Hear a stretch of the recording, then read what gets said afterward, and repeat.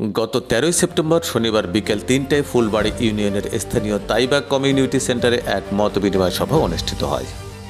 Union বিএনপির সভাপতি আতাউর রহমান আতার সভাপতিত্বে ও এম মামুনুর রশিদের সঞ্চালনায় প্রথমে তিলাওয়াত শুরু করেন ইউনিয়ন বিএনপির সাংগঠনিক সম্পাদক শিপার আহমদ।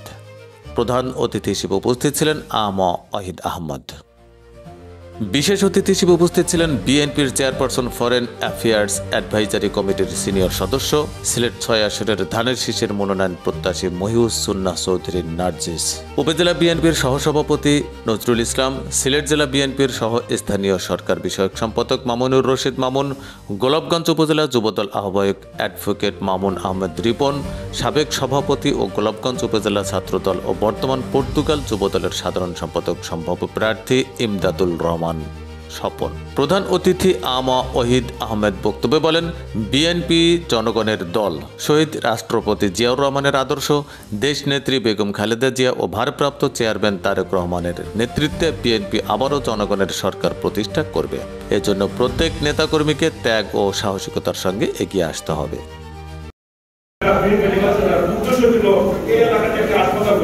এরা কিন্তু আমার সাথে মামা বলেছে ক্ষমতায় গেলে এই এলাকা থেকে হাসপাতাল করবো, এটা ছিল তার প্রতিটি এলাকাকে উনি একটা শখ বেঁধে ওদের কাজ ব্যাক করে ম্যাপিং এক্সারসাইজ করে উনি কাজ করতেন।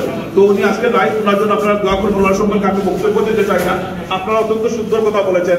এবং আমি তারপরে স্মরণ করি এই বিগত 16-17 বছরের আন্দোলনে যারা শহীদ হয়েছে, বিশেষ করে আমাদের এই গোলাপগঞ্জ বিয়ের বাজারে যে 9টি তাজা প্রাণ করেছে, গোলাপগঞ্জের 7 জন এবং বিয়ের বাজারের 2 জন, তারা তাদের তাজা রক্ত দিয়ে এই গণতন্ত্রকে পুনরুদ্ধার করতে তারা সহায়তা করেছে।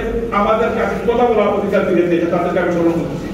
আমি শ্রদ্ধার সাথে স্মরণ করছি যারা আজকে দীর্ঘ 16-17 বছরের আন্দোলনে গুম হয়েছেন, নিহত হয়েছেন এবং অনেক পরিবার আছে তাদের ছেলেমেয়েরা কোথায় আছে তারা জানে না। আমি তাদের জন্য দোয়া করি আল্লাহ যেন তাদের সেই সন্তানদেরকে ফিরিয়ে দেন। আমাদের এক ভাই ছিলেন সন্তান ইলিয়াস ভাই, ইন্তেকাল হোসেন দিনার সহ তারা এখন পর্যন্ত গুম রয়েছেন। আমরা আসুন দোয়া করি তারা আমাদের মধ্যে ফিরে আসে, আবার এই জাতির জন্য তারা কাজ করতে পারেন। অনেক বক্তব্য দিয়েছেন, আমি সবার সাথে একমত। কিন্তু আমি যে কথাটা বলতে চাই, আমার শুরু এই ফুলবাড়িতে, ফুলবাড়ি আমার জন্মস্থান। এখানে অনেকেই আপনারা উপস্থিত আছেন, তাদের সাথে আমি খেলাধুলা করেছি, স্কুলে প্রাইমারি স্কুলে গেছি, হাই স্কুলে গেছি এবং এখানে রাজনীতির সাথে অনেকের সাথে আমার সম্পর্ক ছিল। এই মঞ্চে যারা বসে আছেন, সামনে অনেকেই আছেন যাদের সাথে আমি দীর্ঘদিন রাজনীতি করেছি। এই হেতিমগঞ্জ বাজার একটা প্রসিদ্ধ স্থান।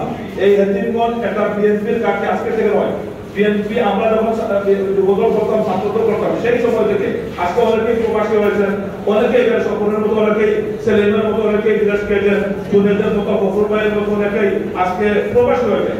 কিন্তু এই জুনেদের লাইব্রেরিতে যদি আমরা বসে দিলওয়ার ভাই মাদ্রাসাতে বসে আমরা যদি কাজ না করতাম, সে সময় দলকে সম্পত্তি সুসংগঠন না করতাম, তাহলে আজকে হয়তো বিএনপি এত বড় সম্পর্কটা প্রকাশ করতে পারত না। তো যারাই এই দল করতে গিয়ে যেখানে যারা অত্যন্ত কষ্ট করেছেন, পরিশ্রম করেছেন, তাদের সকলকে আমি শ্রদ্ধা জানাই এবং তাদের যে এই তাদের যে ভালোবাসা দলের প্রতি এবং যে তারা কাজ করেছেন তাদের কাজের প্রতি আমি তাদেরকে শ্রদ্ধা জানাই।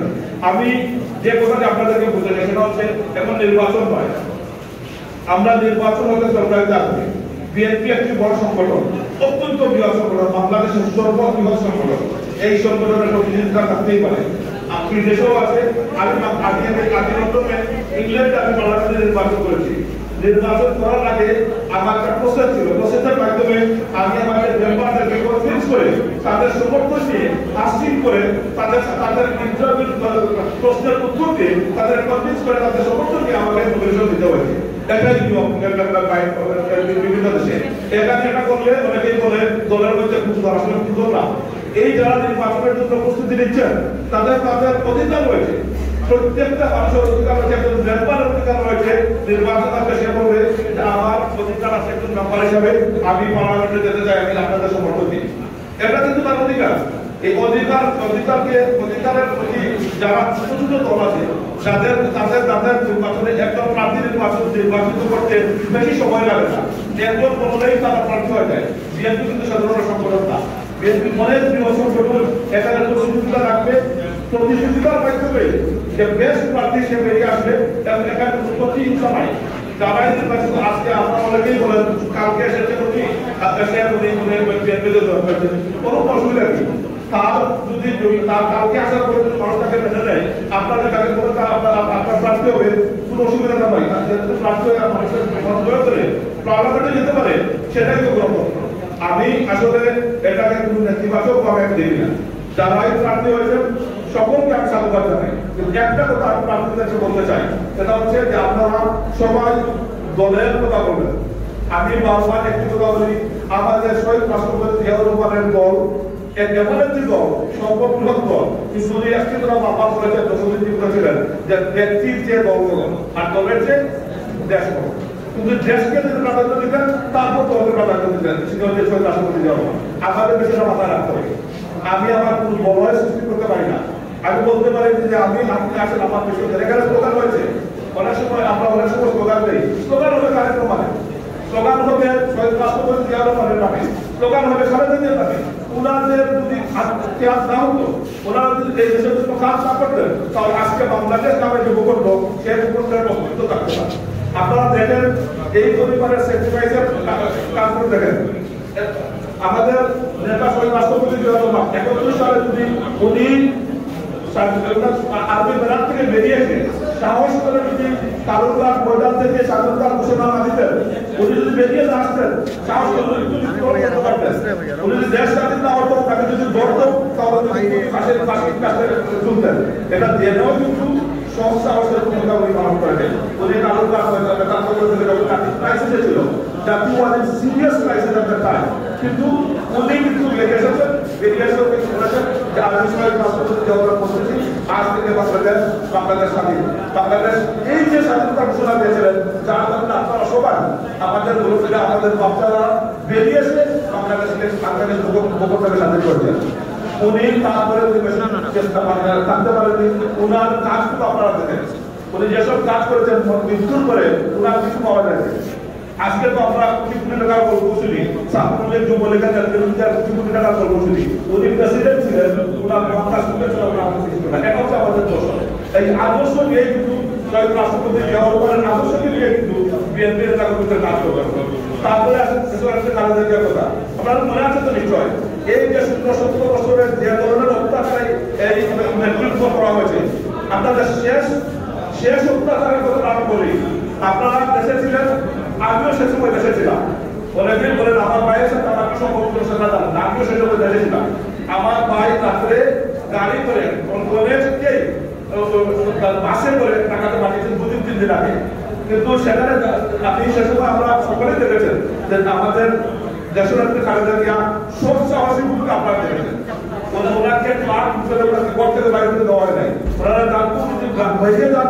এত সাহসী মহিলা বাংলাদেশে আমার একটা মুভমেন্ট হয়ে যাবে এবং বাংলাদেশের গণতন্ত্র আমার পুনরুদ্ধার হবে। ওনাকে জোর করে ওনার বাসার মধ্যে আটকে রাখা হয়েছে। তারপর উনি কি কথা বলেছেন আপনারা মনে আছে? উনি বাইরে হয়ে আর্মি এবং পুলিশের আঙ্গুল প্রদর্শন করে বলেছিলেন, তোমাদের বোমাদের নাম বলতে হবে, এটা বলেছেন আপনার মনে আছে তো? তো উনি এই ধরনের সব সাহসী মহিলা, তারপরে তার উপরে কি ধরনের অত্যাচার হয়েছে আপনারা যেটা দেখতেছেন সেটা দেখতেছেন, আমি যেটা দেখতেছি ওই সেটা দেখতেছি। কিন্তু যে ধরনের অমানবিক অত্যাচার হয়েছে, মানসিক নির্যাতন হয়েছে, একটা ছোট ঘরের মধ্যে যারা কয়েদিদের সামনে তাকে রাখা হয়েছে, এগুলো কিন্তু মানে মানুষ এগুলো ইতিহাস, এগুলো আপনার তাড়াতাড়ি বলতে বলেছি। এগুলোই আমাদেরকে স্মরণ করতে হবে এই গণতন্ত্রের জন্য উনি কি ত্যাগ করেছেন। তারপরে আছেন আমাদের নেতা তোমার তারেক রহমান সাহেবের কথা। আপনাদের মনে আছে যেভাবে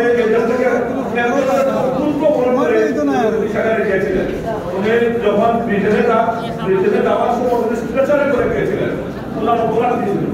অপরাধ ছিল যে উনি বলেছিলেন আমার দেশ বাংলাদেশ দেশের মানুষের সাথে যাও আপনাই হবে, আমাকে যদি আমি অন্যায় করি এদেশের আইন আমার বিচার হবে, কিন্তু আমি দেশ পেতাম। তারপরে করে এই বদলটুক ভিতরে যে রাজনৈতিক আশ্রয় হিসেবে থাকতো। যাই হোক, যেগুলো অনেক ইতিহাস আছে সেগুলো করতে চাই না। আমাদের আচ্ছা, আমার কথা বলতেছেন যে বক্তব্য চলবে এবং বাইরের মাধ্যমে বন্ধ করে দেওয়া, বাইরের মাধ্যমে আপনি বন্ধ করে দেবেন। আমাদের যে অনেক কথা আছে মানবতা সেগুলো বলবো। সভায় উপস্থিত বক্তারা ফুলবাড়ী ইউনিয়ন বিএনপি ও এর অঙ্গ সংগঠন সমূহকে আরও গতিশীল করতে বিভিন্ন দিক নির্দেশনা প্রদান করেন। বক্তারা বলেন, জনগণের দাবি দাওয়া বাস্তবায়নের জন্য বিএনপি নিরলসভাবে কাজ করছে, তাই নেতাকর্মীদের মাঠে থেকে জনগণের সঙ্গে সম্পৃক্ত হতে হবে। মতবিনিময় সভায় ইউনিয়নের বিভিন্ন ওয়ার্ড থেকে আসা বিএনপি, যুবদল, স্বেচ্ছাসেবক দল ও ছাত্র দলের শতাধিক নেতাকর্মী অংশ নেন। পুরো অনুষ্ঠানটি ছিল প্রাণবন্ত ও উৎসাহব্যঞ্জক। সভা শেষে বিএনপি নেতৃবৃন্দ আসন্ন রাজনৈতিক কর্মসূচি সফল করার জন্য ফুলবাড়ী ইউনিয়ন বিএনপি ও অঙ্গ সংগঠনের নেতাকর্মীদের ঐক্যবদ্ধ হওয়ার আহ্বান জানান। প্রতিবেদনটি পাঠিয়েছেন আমাদের প্রতিনিধি কামাল খান।